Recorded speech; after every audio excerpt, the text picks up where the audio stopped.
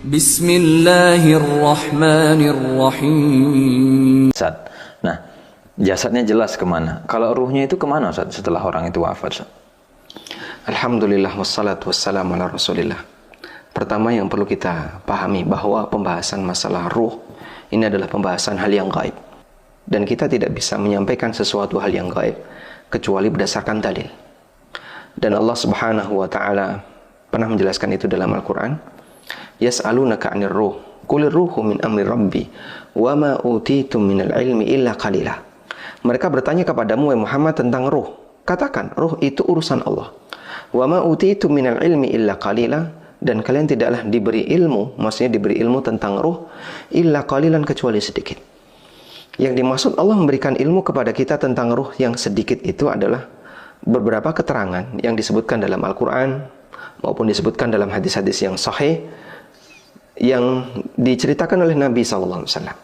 Sehingga kita bisa tahu ruh ini ada di mana, ruh ini bagaimana keadaannya dan seterusnya berdasarkan dalil. Karena seperti ini tidak mungkin bisa dipahami kecuali melalui jalur nubuwah atau jalur kenabian. Selanjutnya, prinsip berikutnya. Kita perlu memahami bahwa antara orang yang hidup dan orang yang mati, mereka berada di alam yang berbeda. Sehingga yang hidup ada di alam dunia, sementara yang mati ada di alam barzakh. Maka Allah Subhanahu wa taala menjelaskan dialog orang yang meninggal dunia ketika dia berharap untuk dikembalikan. Hatta idza jaa ahadahumul mautu qala rabbirji'un la'alli a'malu salihan fima taraktu kalla innaha kalimatun huwa qailuha wa min waraihim barzakhun ila yaumi yub'atsun. Ini ada di surat Al-Mu'minun. Ketika kematian telah datang kepadanya, maka mereka mengatakan, qala rabbirji'un, ya Allah kembalikan aku. Kembalikan kemana? Ke alam dunia. Tujuannya apa? Orang ini mengatakan, la'alli a'malu salihan fima taraktu, agar aku bisa beramal soleh yang belum sempat aku kerjakan, yang kemarin aku tinggalkan. Kemudian Allah Subhanahu wa taala memberikan komentar, kalla, itu tidak mungkin. Innaha kalimatun huwa qailuha, itu hanya kalimat yang muncul dari mulut dia saja. Wa min waraihim barzakhun ila yaumi yub'atsun, dan di belakang mereka ada barzakh. Barzakh di sini artinya pemisah. Artinya mereka berada di alam yang berbeda, terpisah dengan keberadaan barzakh. Allah Subhanahu wa taala berfirman tentang barzakh di surat Ar-Rahman, marajal bahraini yaltaqiyan bainahuma barzakhun la yabghiyan. Allah mempertemukan dua lautan, bainahuma barzakh, di antara dua lautan itu ada barzakh. Sehingga la yabghiyan, antara satu air lautan di sebelah kanan dan yang di sebelah kiri, la yabghiyan, tidak bisa saling bercampur. Maka mereka berada di alam di mana Allah Subhanahu wa taala tidak mempertemukan antara orang yang sudah mati ini dengan orang yang hidup dalam kondisi nyata, dalam alam nyata. Karena mereka ada barzakh, sehingga membuat mereka tidak bisa kembali lagi ke alam dunia. Kemudian, Ustaz, di masyarakat itu mungkin berkembang ya keyakinan atau mungkin anggapan bahwa roh itu nanti bisa pulang ke rumah setiap mungkin sepekan sekali, setiap malam Jumat, atau mungkin nanti bisa dijemput ketika menjelang bulan Ramadan, nanti dikembalikan lagi, diantar ketika bulan Syawal, atau mungkin di momen-momen tertentu ruh itu bisa datang, bisa balik lagi ke rumah, mungkin ya masuk rumahnya, ke dapur dan yang lain. Itu gimana, Ustaz? Apa yang bisa dibayangkan ketika ruh itu bisa balik pulang? Orang mengatakan selama 40 hari atau setiap malam Jumat atau di momen-momen tertentu tadi, roh itu akan kembali. Kira-kira roh ini ngapain? Andaikan keyakinan ini betul, maka roh ini akan melakukan amal soleh, karena dia balik ke dunia, meskipun dalam posisi dia terpisah dari jasadnya. Tapi itu kan nggak mungkin. Orang sudah mati, amalnya terputus, dan nggak mungkin dia bisa balik lagi ke dunia. Terus ketika dia balik, ngapain dia? Apakah cuma nongkrong saja, kemudian gentayangan, bahkan menakut-nakuti orang yang hidup? Kalau sampai dalam posisi dia menakut-nakuti orang hidup, kan berarti dia berbuat maksiat, karena bikin kaget orang hidup dan seterusnya. Dan itu tidak mungkin akan dilakukan oleh seorang arwah yang dia menyadari pentingnya menambah amal, bukan pentingnya nambah maksiat. Bisa kita bayangin ya, andaikan roh itu betul-betul datang, nanti dia masuk ke kamar mandi, ada orang mandi nggak pakai busana misalnya, atau dia melihat kejadian-kejadian yang umumnya itu rahasia, nanti justru malah dia kepo atau jadi jasus ya, jadi mata-mata bagi keluarganya. Loh, kok ini istri saya nikah lagi, kok ini suami saya nikah lagi misalnya. La haula wala quwata illa billah. Jadinya ini keyakinan yang enggak benar. Sehingga arwah itu tidak kembali. Dan tadi sudah kita bacakan firman Allah Ta'ala di surat Al-Mu'minun, hatta idza jaa ahadahumul mautu qala rabbirji'un. Ketika datang kepada mereka kematian, maka orang ini mengatakan, rabbirji'un, ya Allah kembalikan aku. La'alli a'malu salihan, agar aku bisa beramal saleh. Harapan besar orang yang sudah mati itu adalah bisa balik lagi ke bumi, bisa balik lagi ke dunia. Dan itu tidak mungkin. Betul, dia jasadnya ada di bumi ya. Dia balik lagi ke alam dunia itu tidak mungkin. Karena dia berada di alam yang berbeda, yaitu alam barzah. Maka keyakinan tadi dia balik di masa 40 hari, dijemput di bulan Ramadan, balik di bulan Syawal, itu semua ini harus ada dasarnya. Anda menyampaikan keyakinan semacam ini, sumbernya mana? Dalilnya apa? Kalau nggak ada, sebaiknya jangan diucapkan. Ustaz, tadi ayatnya kan seperti itu, tapi faktanya beda Ustaz. Jadi anggota keluarga itu memang dia lihat bapaknya datang Ustaz.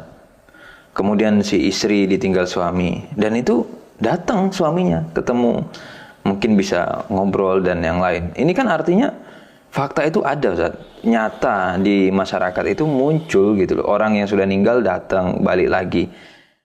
Kira-kira kalau seperti ini gimana Ustaz? Jadi yang datang itu siapa sebenarnya Ustaz? Kalau memang ruhnya tadi nggak bisa balik gitu Ustaz. Dia cerita dalam kejadian sadar atau ketika tidur?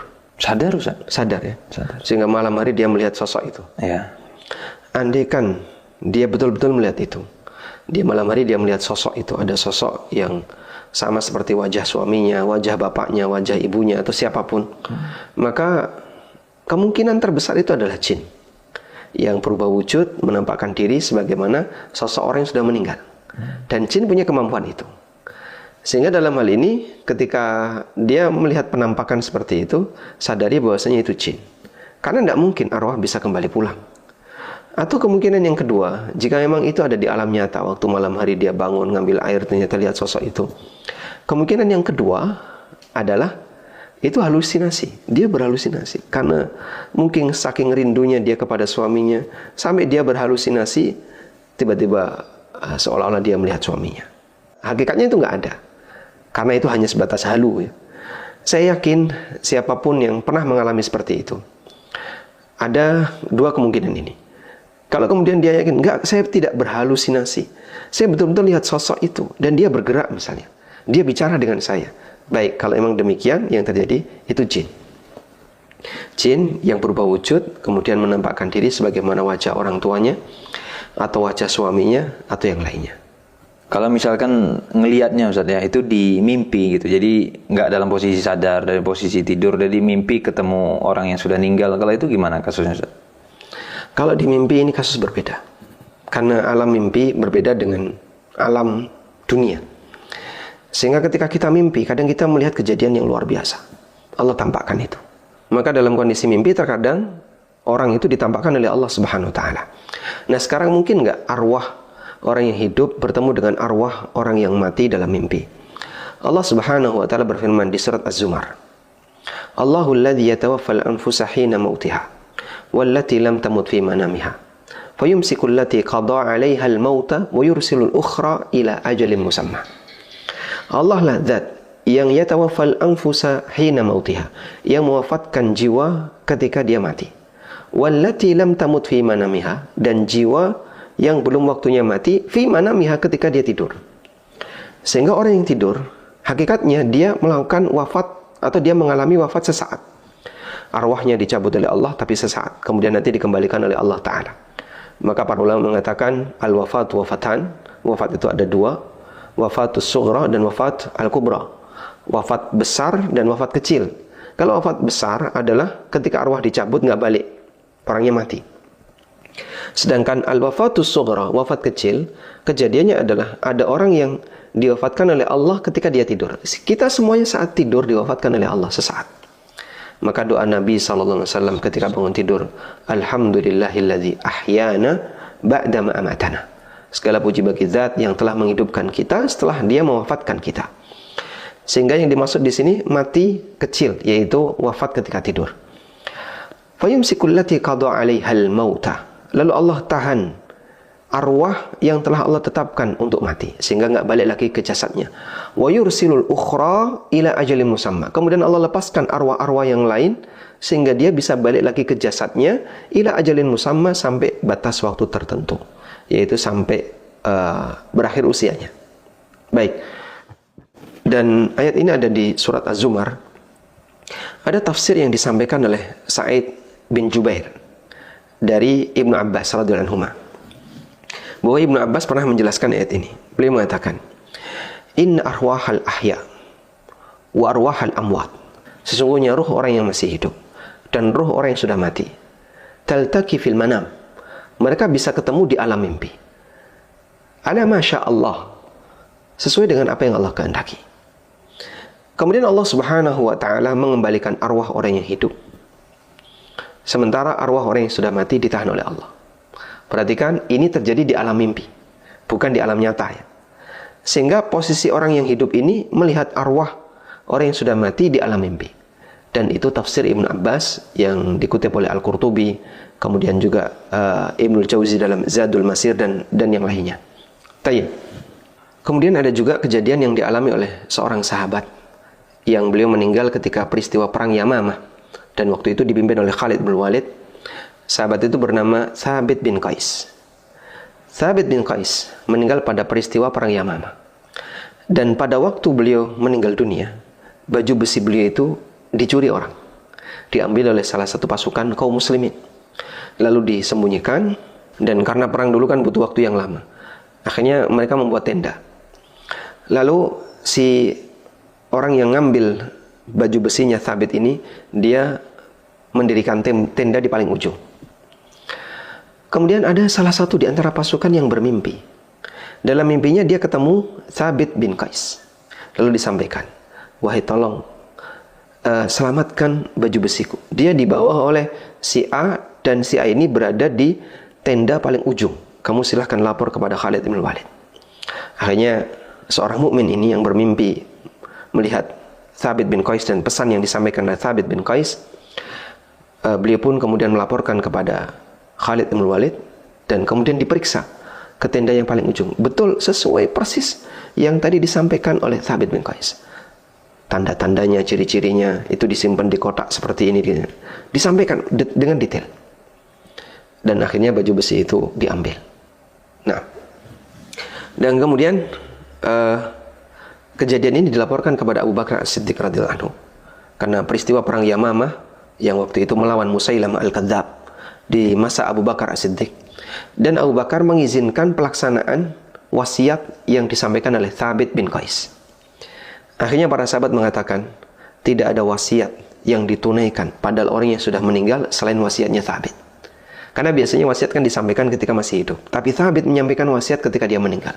Dalam bentuk dia dipertemukan oleh Allah arwahnya dengan arwah seorang mukmin yang tidur ketika itu.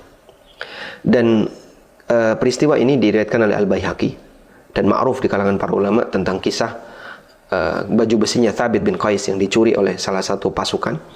Sehingga ini dalil bahwasanya arwah orang yang masih hidup ketika mimpi memungkinkan untuk bertemu dengan arwah orang yang sudah meninggal.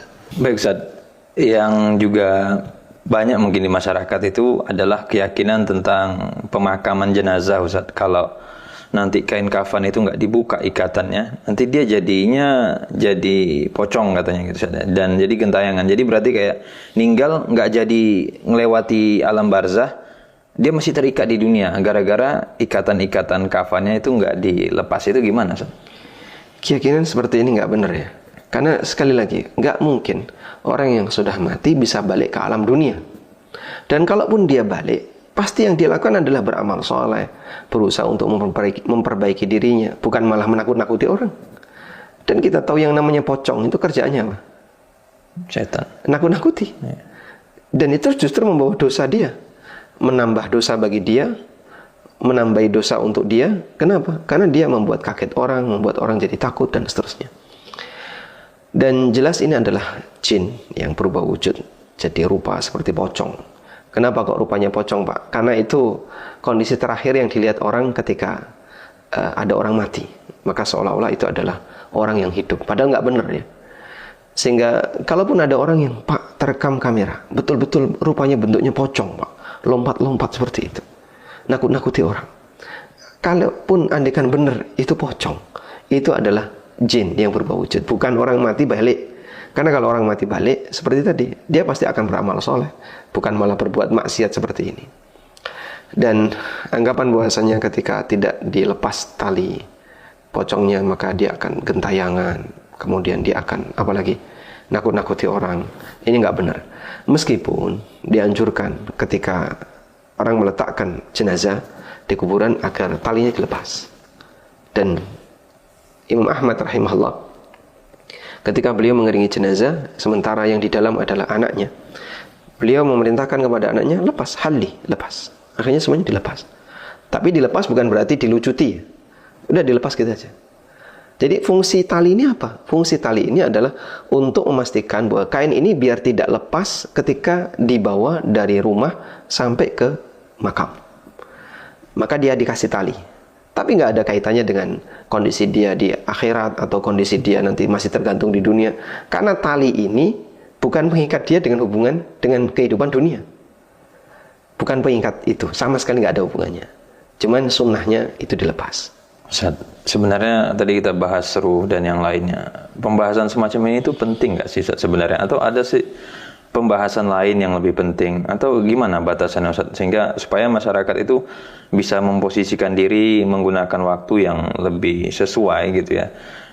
Kira-kira seperti apa Ustaz? Supaya tidak kepo dengan ruh atau yang lainnya.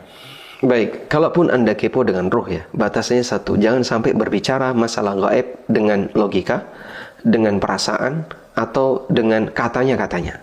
Karena semua ini adalah rajman bil gaib, menebak-nebak hal yang gaib, dan itu perbuatan yang tercela. Dan Allah Subhanahu wa taala telah mengingatkan, yas'alunaka 'anir ruh, qulir ruhu min amri rabbi. Mereka bertanya kepadamu tentang ruh. Katakan, ruh itu urusan Rabbku, urusan Allah. Wa ma utitu minal ilmi illa qalila, dan kamu tidak diberi ilmu tentang ruh kecuali sedikit. Nah, kalaupun kau tahu yang sedikit ini, tidak masalah, tapi harus berdasarkan dalil. Begitu?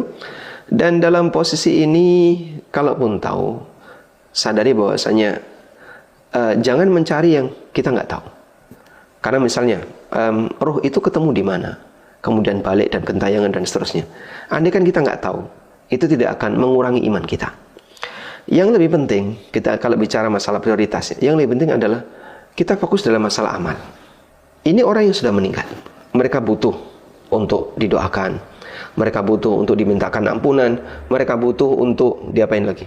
Diberi hadiah amal, misalnya diberi hadiah amal sedekah. Sehingga akan lebih penting ketika keluarga lebih fokus pada masalah seperti ini. Orang tua saya sudah meninggal. Dan beliau dulu belum sempat sedekah banyak, maka anaknya sedekah atas nama orang tua dalam jumlah yang besar. Ini wakaf atas nama bapak, ini kurban atas nama bapak, dan seterusnya. Dengan cara demikian, maka dia melakukan tindakan yang lebih bermanfaat, baik bagi dirinya maupun bagi mayit. Dan Anda bisa lakukan amalan-amalan yang ulama sepakat pahalanya bisa sampai ketika dihadiahkan kepada mayit.